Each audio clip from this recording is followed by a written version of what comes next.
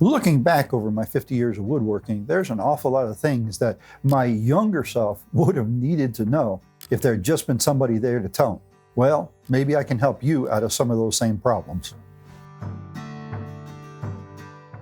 The first and probably most important thing I'd want to say to that younger self, or to anyone else for that matter that's getting started in woodworking, is never expect that you're going to get to the point where you don't make mistakes. So there's that one. Whoops. Hey, I've been at this for 50 years, and every single project I do, I make mistakes, okay?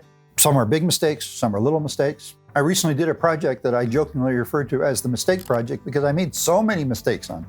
Making mistakes is not a sign of being a poor woodworker, it's just a sign of being a woodworker. The question is, what do you do with those mistakes?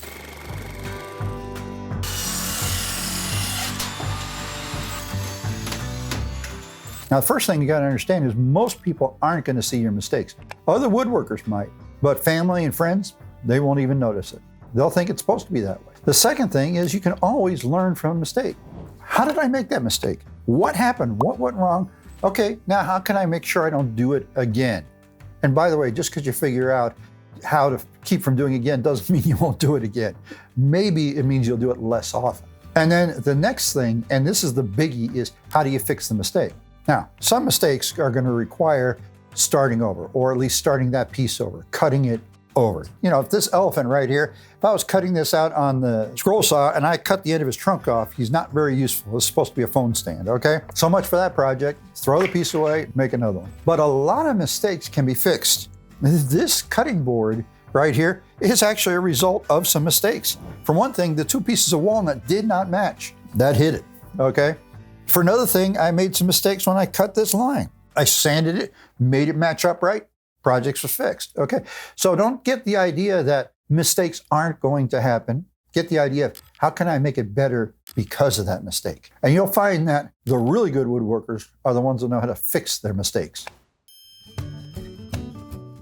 The second point I'd like to make is that everybody has an opinion, especially online. Now, if you go posting your projects online, expect to get a lot of opinion. Everybody's got an opinion, and you don't have to be very smart to have one. But that doesn't mean that opinion is valid, and we need to learn to discern between the good opinions or the valid opinions and the people that are just trolls. And there's plenty of trolls on the internet, okay? There's a huge difference between criticizing and critiquing. And we need to learn that difference so that when we're looking at the comments that people give us, we understand which they are. And here's my definition. This is pretty simple. Criticizing is just telling you, you're wrong. A lot of people out there will do that. Criticize or critiquing is saying, you could do this better by, and they're going to follow that up with some real information, not with just, well, you should have used, an XYZ instead of an ABC. Well, that's not, there again, that's falling back in that criticizing side. Not all opinions are valid. If you're going to put stuff online and you're going to look for people to critique it and give you information, then learn the people you can trust. If you're, say, on a group on Facebook, or what do they call it now, Meta, right? And you're on there and you post a picture and you get comments back, okay? Learn the people that have valid information, not just opinions, real information, because every group will have some people like that, along with the trolls too. So find the ones that will give you some good input and look to see what they say. The others, ignore them. One thing that a lot of famous people have learned to do is ignore the negative criticism. You and I need to do the same thing. Find people who can give you good information and only listen to them. The next piece of advice that I'd like to give someone is learn the basics. Okay, now what do I mean by the basics? Basically, I mean learn how to use hand tools, planes, chisels, saws. It's amazing how many people don't know how to do it and how long it takes for them to get around to it. Hey, I'm guilty. There are tools like the plane, for example, that I've really only gotten to the point where I feel like I can use a plane, and I'm just talking about pretty basic planing, in the last few years. Why? Well, every time I tried to use a plane before that, I messed up.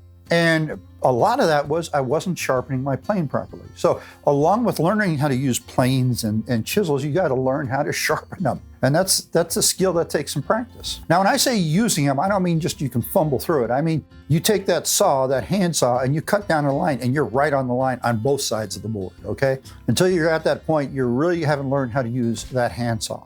and not all handsaws are alike. So just because you can do it with one doesn't mean you can do it with another. Using a plane means you can get those nice, smooth, curly chips coming off of there that look beautiful. If not, if it's getting caught or it's stuttering or you're getting tear out, you're not using the chisel right. Okay, there's still some more learning. Using a chisel means you can do pairing cuts with a chisel, which are really challenging to do. So learn the basics. Now, here's the thing. Learning those basics with hand tools is going to help you out with your power tool woodworking as well, because a lot of the same principles apply, especially in controlling the tool. So don't think I'm trying to steer you away from doing what you want to do. I'm actually trying to help you do what you want to do, okay? Here's one I really wish I had known, and that is proceed with caution on tool purchases.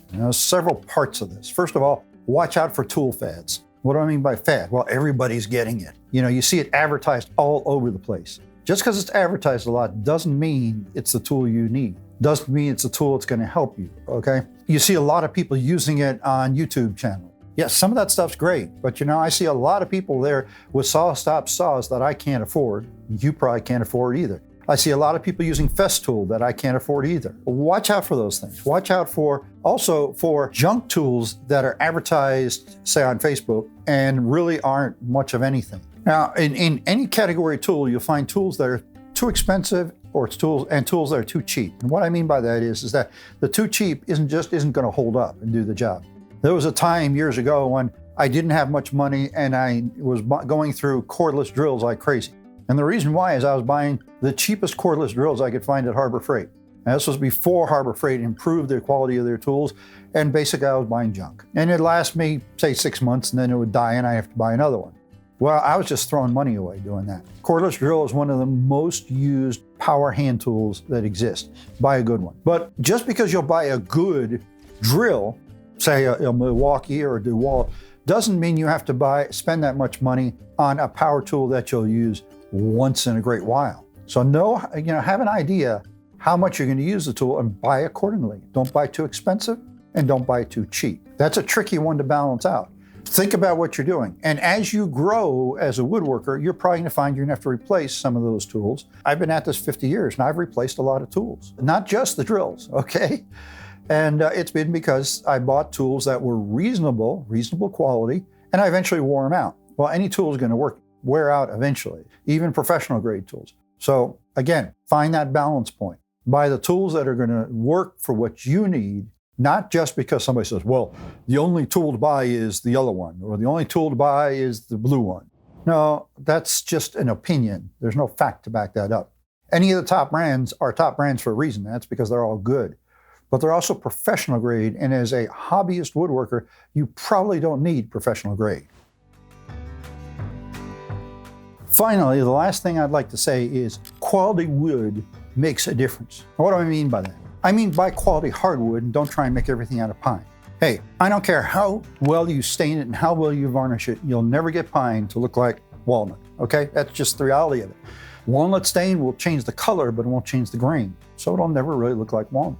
Not only that, but you'll find that working with quality hardwoods is different than working with pine or other softwoods, simply because the wood density makes it so the wood cuts different, it planes different, it sands different, it assembles different. That's not saying you can't make anything out of pine, okay?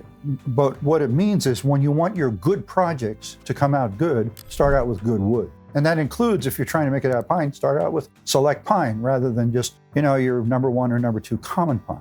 Now, if you're going to make something out of hardwood and you're not an experienced woodworker, what I recommend is make a prototype out of pine. So you can get an idea of what you need to do, how things are going to go together, and then make the good one out of the hardwood. That's going to save you a lot of the risk of wasting that expensive piece of wood. But don't expect your pine projects, especially common pine projects with knotholes, to come out looking like fine furniture. It's just not going to happen.